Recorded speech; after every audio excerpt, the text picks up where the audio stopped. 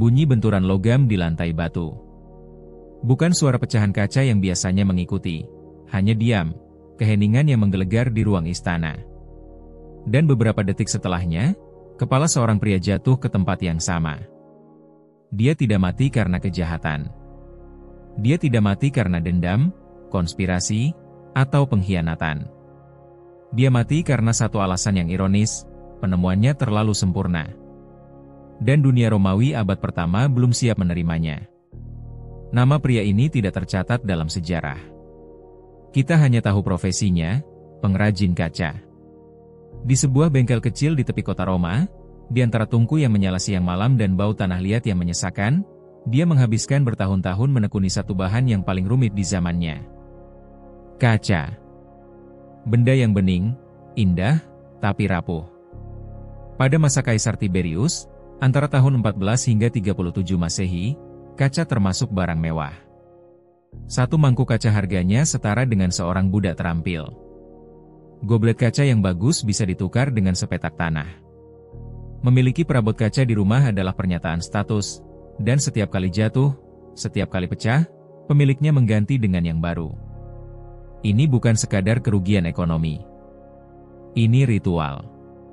Tapi pengrajin kita menemukan sesuatu. Dia mencampur bahan-bahan tertentu ke dalam adonan kacanya, resep yang sampai hari ini tidak diketahui, dan menghasilkan benda yang tidak pernah dilihat siapapun sebelumnya.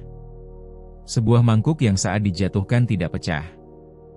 Hanya penyok. Dan dengan pukulan-pukulan kecil dari palu khusus, bentuknya bisa dikembalikan seperti semula. Bayangkan.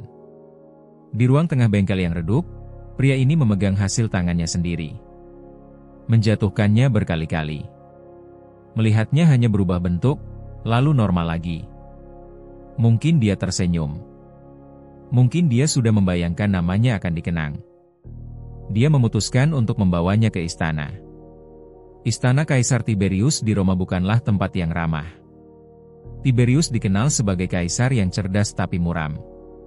Ia mewarisi kekuasaan dari Augustus, kakek tirinya, dan meskipun pemerintahannya stabil secara militer, ia adalah pemimpin yang paranoid, penuh curiga, dan sangat pragmatis.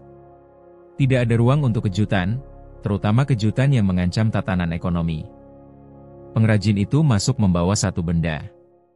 Satu mangkuk kecil yang tampak biasa saja. Tiberius menyaksikan dari singgasana.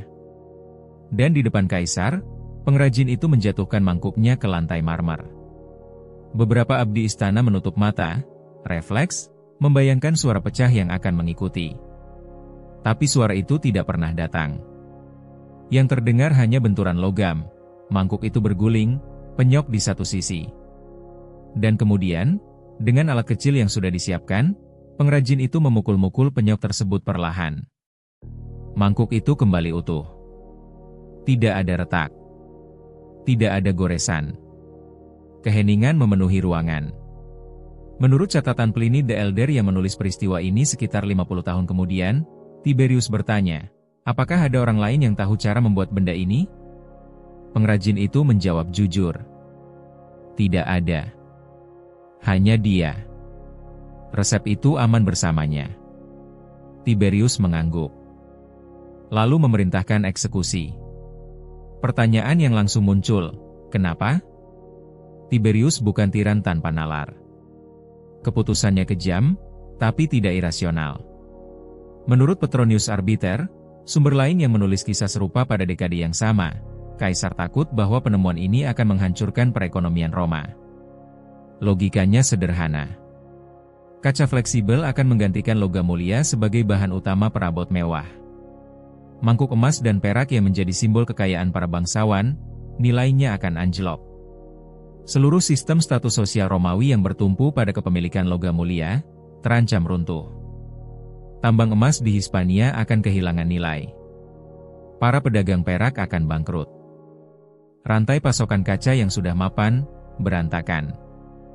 Dan yang paling tidak bisa diterima Tiberius, satu orang, dengan satu penemuan, bisa mengguncang fondasi kekaisaran.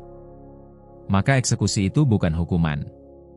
Ini adalah keputusan bisnis. Tapi ada satu hal yang terus menghantui para sejarawan. Jika Caesar benar-benar yakin bahwa rahasia ini harus musnah, Kenapa tidak memaksa pengrajin itu mengajarkannya, lalu mengeksekusinya setelahnya? Kenapa tidak mengambil alih teknologi untuk kekaisaran sendiri? Mungkin Tiberius berpikir lebih jauh. Mungkin dia sadar, sekali teknologi ini tersebar, tidak ada yang bisa menghentikannya. Bahkan kaisar sekalipun. Atau mungkin, dan ini lebih mengganggu, dia tidak membutuhkan penjelasan dari pengrajin itu karena dia tidak pernah berniat menggunakannya. Bengkel itu dihancurkan. Peralatan dilebur. Semua jejak pengrajin dan karyanya dihapus. Tapi kisahnya bertahan. Dua sumber utama yang mencatatnya datang dari penulis yang berbeda di waktu yang berbeda. Pliny the Elder dalam Naturalis Historia menyebutnya sebagai salah satu contoh kecerdasan manusia yang disia-siakan oleh kekuasaan. Petronius, dalam Satiricon, menulis versi yang sedikit berbeda. Di situ Tiberius justru takut pada pengaruh politik penemuan itu, bukan ekonomi. Dua versi, satu inti, teknologi ini nyata, dan dimusnahkan dengan sengaja. Sejak itu, tidak ada jejak fisik yang tersisa. Resepnya hilang. Selama 2000 tahun, para ilmuwan dan pengrajin kaca telah mencoba merekonstruksi seperti apa kaca fleksibel itu. Beberapa teori menyebut aluminium oksida, tapi aluminium murni belum bisa dihasilkan hingga abad ke-19. Ada yang bilang mungkin ini kaca temper, atau teknik annealing yang spesifik. Tapi tidak ada percobaan yang menghasilkan mangkuk yang bisa dipukul kembali ke bentuk aslinya setelah jatuh. Apakah kisah ini benar-benar terjadi? Beberapa sejarawan meragukan Pliny dan Petronius. Mereka bilang ini legenda urban Romawi, dongeng yang diceritakan di meja makan untuk menggambarkan kebodohan kekuasaan. Tapi yang lain berargumen, terlalu detail, terlalu spesifik, dan terlalu konsisten antara dua sumber yang independen untuk sepenuhnya dibuat-buat. Tidak ada jawaban. Tidak akan pernah ada. Tapi mungkin, jawaban yang lebih penting bukanlah apakah kaca itu benar-benar ada. Mungkin pertanyaan yang lebih mengganggu adalah, kalau kisah ini benar, berarti ada satu inovasi yang sengaja dicekik di buayannya oleh kekuasaan. Lalu, berapa banyak lagi? Berapa banyak penemuan yang rahasianya dibawa mati oleh penemunya? Berapa banyak resep yang dibakar, prototipe yang dihancurkan, karena seorang penguasa memutuskan bahwa manusia belum pantas memilikinya? Atau lebih buruk lagi, karena inovasi itu mengancam kenyamanan mereka yang berkuasa? Kaca fleksibel mungkin hanyalah satu dari sekian banyak. Dan kita tidak akan pernah tahu apa yang sudah kita lewatkan. Karena ketika teknologi dimusnahkan, yang hilang bukan hanya benda itu, tapi kemungkinan-kemungkinan yang tidak pernah sempat lahir. Yang jelas, ada yang tidak ingin kita temukan. Tapi untuk yang satu ini, sudah terlambat 2000 tahun.